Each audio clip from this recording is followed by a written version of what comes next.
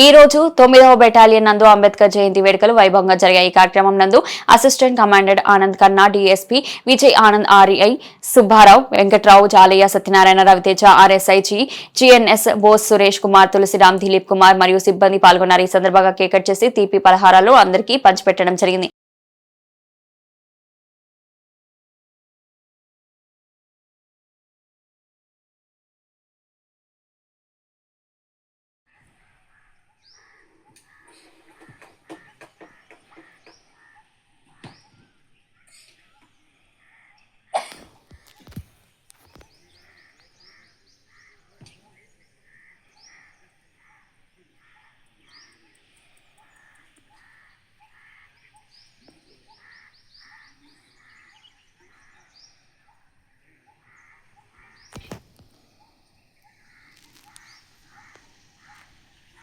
రాజ్యాంగం రాశారు.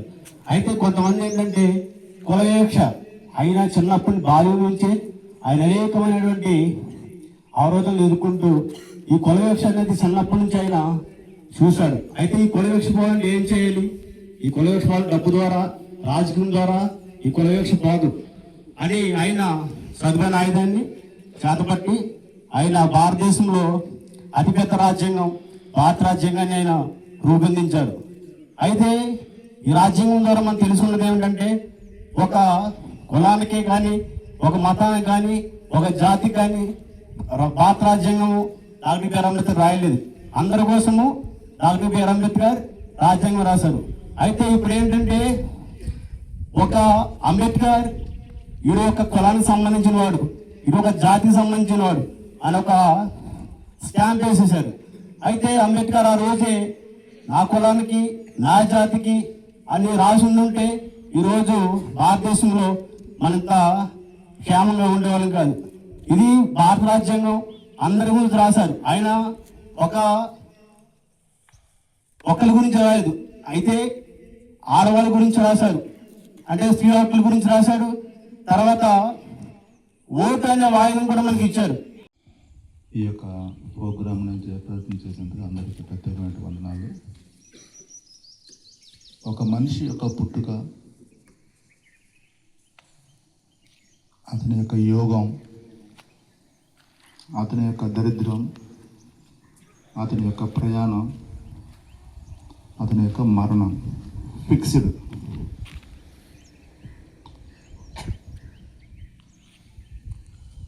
ఉదాహరణకి మొన్న ఏప్రిల్ 1న చంద్రమండలం పర్యవేక్షించడం కొరకు ఒక ర్యాకెట్ ప్రయోగం చేశారు.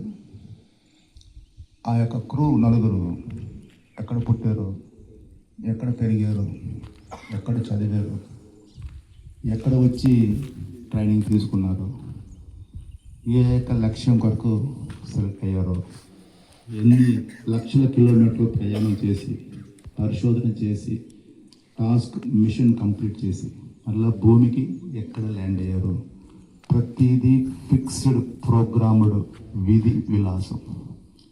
కాబట్టి మనం కూడా దేని కొరకు పుట్టామో ఆ యొక్క పరమార్థం తెలుసుకోవాలా. అదేవిధంగా సమాజానికి సేవ చేసేటువంటి సార్థకమైన జన్మని సంతరించుకోవాలని కోరుకుంటూ నమస్కారాలతో సెలవు. Agitate and organize. Continues to inspire generation. His life teaches us the value of determination, discipline, integrity, and selfless service to the nation.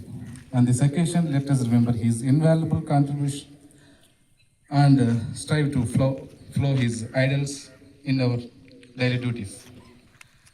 Now, I request the respected Assistant Commander Sir, Sri Anand Khanna Sir, to kindly offer further tribute to the portrait of the Dr. B.R. Ambedkar Garu. Please. జయంతిని celebrate చేసుకోవడానికి మనం అందరూ ఇక్కడికి వచ్చాం. చాలామంది అంబేద్కర్ కోసం చాలా చెప్తూ ఉంటారు, బట్ అంబేద్కర్ మెయిన్ పాలసీ ఏంటంటే చాలామంది ఈరోజు మేము అంబేద్కర్ ఫాలోవర్స్ అంటారు. Ambedkar never ask for followers.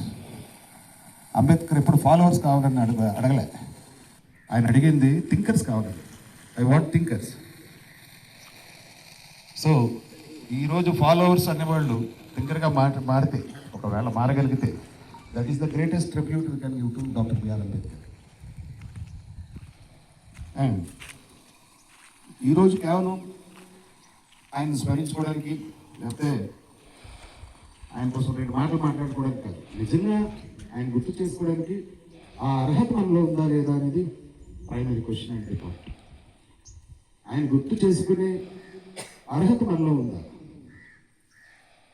ఆయన ఇచ్చిన ఈక్వాలిటీ కావచ్చు, ఆయన ఇచ్చిన డిగ్నిటీ కోసం మాట్లాడే మాటలు కావచ్చు, ఆర్ మనకిచ్చిన రైట్స్ కోసం కావచ్చు, ఇవన్నీ మనకు వచ్చిన తర్వాత అదే రీతిలో మనం అందరికీ క్యాటర్ చేయగలుగుతున్నామా లేదా? అదే ఈక్వాలిటీ అందరికీ ఇవ్వగలుగుతున్నామా లేదా? మనకు కావాల్సిన అడుగుతున్న హక్కులు మిగతా వాళ్ళకి ఇవ్వగలుగుతున్నాం లేదా ఫ్రమ్ అవర్ సైడ్? ఇది కదా ఆలోచించాల్సింది. It's not just praising Ambedkar.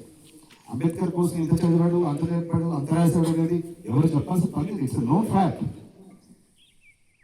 Known fact as good as sun rises in the east. అది ఎంత నిజం?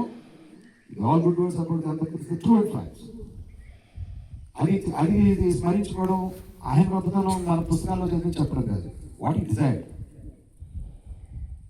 అంటే క్వశ్చన్, అంబేద్కర్ కోసం మాట్లాడుతున్నప్పుడు ఒక పర్టికులర్ సెక్షన్ కానీ, లేకపోతే కేవలం కాన్స్టిట్యూషన్ కానీ, లేకపోతే ఆఫ్ కోర్స్ రిలీజియస్ బుద్ధిజం అని ఇట్స్ పర్సనల్ చాయిస్, అవి మాట్లాడాల్సిన అవసరం లేదు. ఓవరాల్గా ఇచ్చింది ఏంటి? ఈ talk about dignity, human value, human rights. ఇది కదా, ఇవి మాట్లాడాలి, ఇవి ఆలోచించాలి, ఇవి అమలు చేయాలి. That is the true tribute what we can give to doctor BR Ambedkar. I wish all my cadets and my fellow officers to live with dignity, to live with pride, and live with all rights.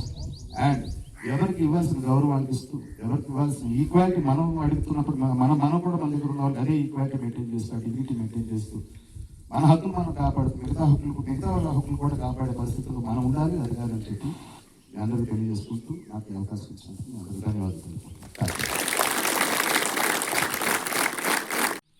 అలాగే ఇతను రాజ్యాంగం రచించడమే కాకుండా మహిళల హక్కుల కోసం పోరాడాడు, మహిళలకి సమాన వేతనం కోసం పోరాడాడు. అవన్నీ మనం తెలుసుకోవాలి.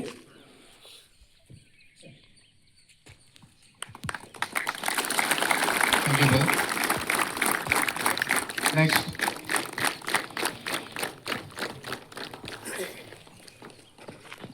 sir and respected officers and my dear gentlemen, a very good morning.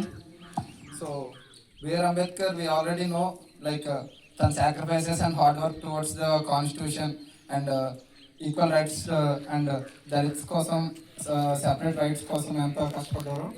And the most important thing I want to like first thing is he is not a social reformer. Like the present చూస్తున్న RBI regulations కానీ, monetary policies కానీ, currency కానీ, inflation కానీ, ఇవన్నీ ఎక్కడి నుంచి తీసుకుని ఉంటే the basic fundamentals of from his book like the problems of rupee అనే బుక్ నుంచి తీసుకోవడం జరిగింది. So the next important thing I want to say, తను after like Hindu bill code అనేది ఇంట్రొడ్యూస్ చేశాక is the first person to strongly advocate the human rights, about the women's rights, diversity and equality కోసం పోరాడిన వాళ్ళు. when the human rights women's rights for human bill code అనేది ఎప్పుడైతే start అయిందో ఈ resign as a law minister.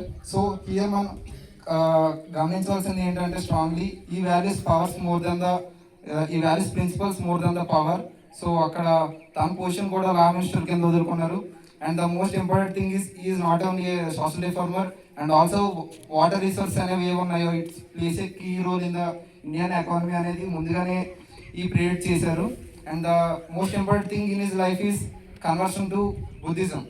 Like after 1935 declaration తర్వాత తిని ఏం డెసిషన్ తీసుకున్నారంటే I was born as a Hindu but I don't want die as a Hindu అని చెప్పారు. సో దాన్ని బట్టి ఈ took 20 years hard work towards the conversion of religion. Different religions study చేశారు, డిఫరెంట్ త్రూఅవుట్ వరల్డ్ ఏ రిలీజన్స్లో ఎలా వర్క్ అవుతుందో, ఈక్వాలిటీ అనేది ఎక్కడ ఉందో, డిస్క్రిమినేషన్ లేకుండా ఎక్కడ ఉందో ఈ రిలీజన్స్ అన్ని చదివి ఆఫ్టర్ లైక్ October 14, 1956 నాగ్పూర్లో the ceremony was happened. So తను అయ్యింది కాక nearly 5 lakhs people was converted to Buddhism.